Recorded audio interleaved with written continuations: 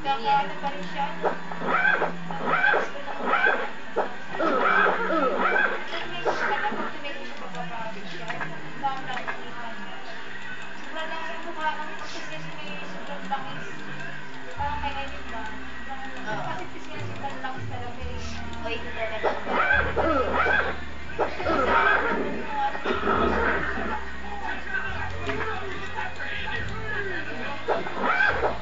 Balita?